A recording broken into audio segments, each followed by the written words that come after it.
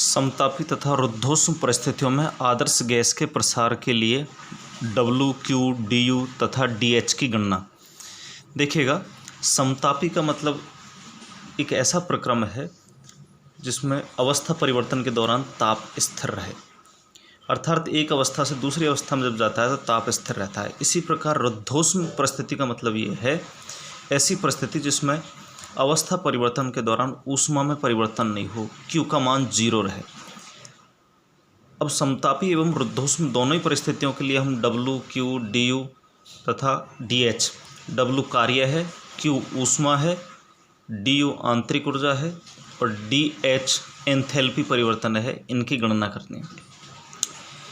DE बराबर, जैसा कि हम जानते हैं कि DE बराबर होता है CB/dT। CB यहाँ पर स्थिर आयतन पर ऊष्मा धारिता है, ये ताप है।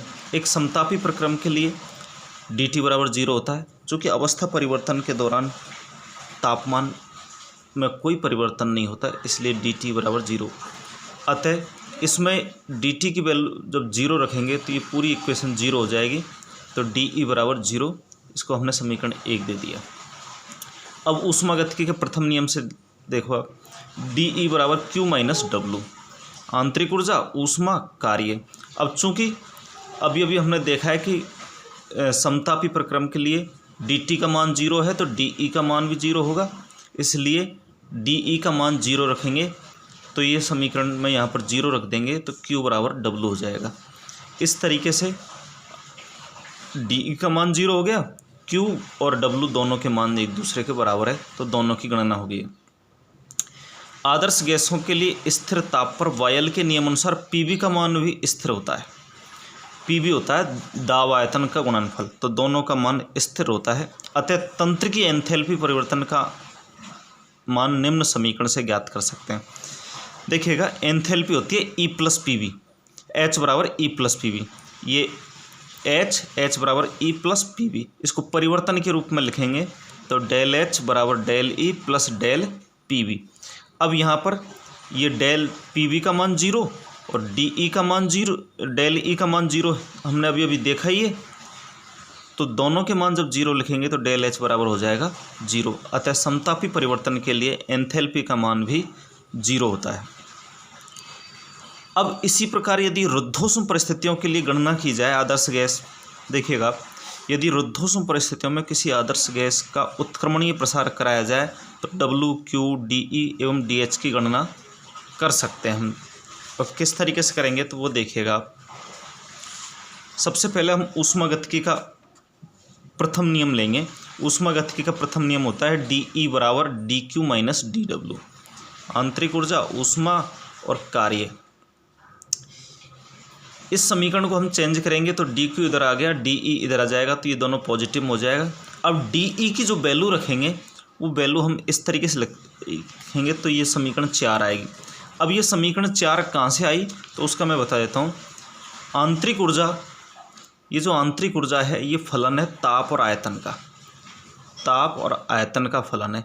अब इसका यदि अवकलन किया जाए तो DE एक बार तो ताप के साथ, दूसरी बार आयतन के साथ, तो डेल E बटे del T B dt plus del E बटे del B whole T dB।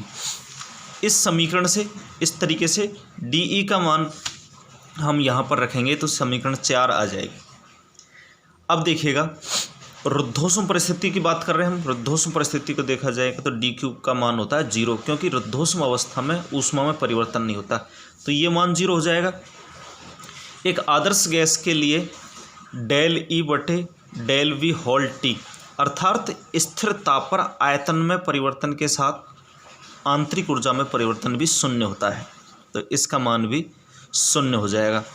और डेल E बटे डेल T होल B होता है ऊष्माधारिता CB, तो देखिएगा इसका मान 0, इसका मान CB और ये 0, तो इनके मान रखने पर तो देखो, जब DQ तो रुद्धोष्म में इसलिए 0 रख दिया, इसका मान CB होता है तो CB dt आ ही जाएगा, CB dt। ये मान आदर्श गैस के लिए 0 होता है तो 0 प्लस PdV। अब इस समीकरण को हम बाहर निकालेंगे, दोनों को इक्वल के रूप में लिखेंगे तो PdV बराबर होता है माइनस CB dt। अतः किसी आदर्श गैस के उत्क्रमणीय प्रसार के लिए किया गया कार्य। यहाँ पर जो PdV है ये कार्य है, इसलिए इसे W लिख सकते हैं। तो हमने लिख दिया W बराबर PdV माइनस CvdT। अब ये जो CvdT है इसका ताप की दो सीमाओं में समाकलन कर रहे हैं, T1 से T2। एक निश्चित ताप से दूसरे ताप के बीच की सीमा में समाकलन करेंगे तो ये समीकरण आ जाएगी W बराबर minus CV T2 minus T1, समीकरण 5। तो इससे हम W की गणना कर सकते हैं, कार्य की गणना कर सकते हैं। रुद्धोष्म परिस्थिति के लिए Q बराबर 0 होता है, इसलिए ये तो 0 मान हो गई ऊष्मागतिकी के प्रथम नियम से। डेल E बराबर Q माइनस W। अब देखिएगा आप, तो यहाँ पर Q का मान 0, तो Q का मान 0 रखेंगे तो डेल E बराबर माइनस W, या हम W की जगह PdV भी लिख सकते हैं। तो इस तरीके से Q की वैल्यू आ गई, W की वैल्यू आ गई और डेल E की वैल्यू भी हम निकाल सकते हैं। नेक्स्ट देखिएगा आप, डेल H की गणना, एंथैल्पी की गणना। हम जानते हैं कि तंत्र की एंथैल्पी परिवर्तन की समीकरण, देखिएगा एंथैल्पी परिवर्तन की समीकरण है DH बराबर DE plus PdV plus BDP। अब ये समीकरण कहाँ से आई, तो ये समीकरण आएगी, एंथैल्पी की समीकरण है H बराबर E प्लस PV। अब इस समीकरण का यदि हम अवकलन करें तो ये इस तरीके से आएगी। देखो आप इसका अवकलन करेंगे तो DH DE PdV और BDP। एक बार दाब को स्थिर रखा आयतन के साथ, दूसरी बार आयतन को स्थिर रखा दाब के साथ अवकलन किया, तो हमारे पास ये समीकरण आ जाएगी DH बराबर DE plus PdV plus BDP।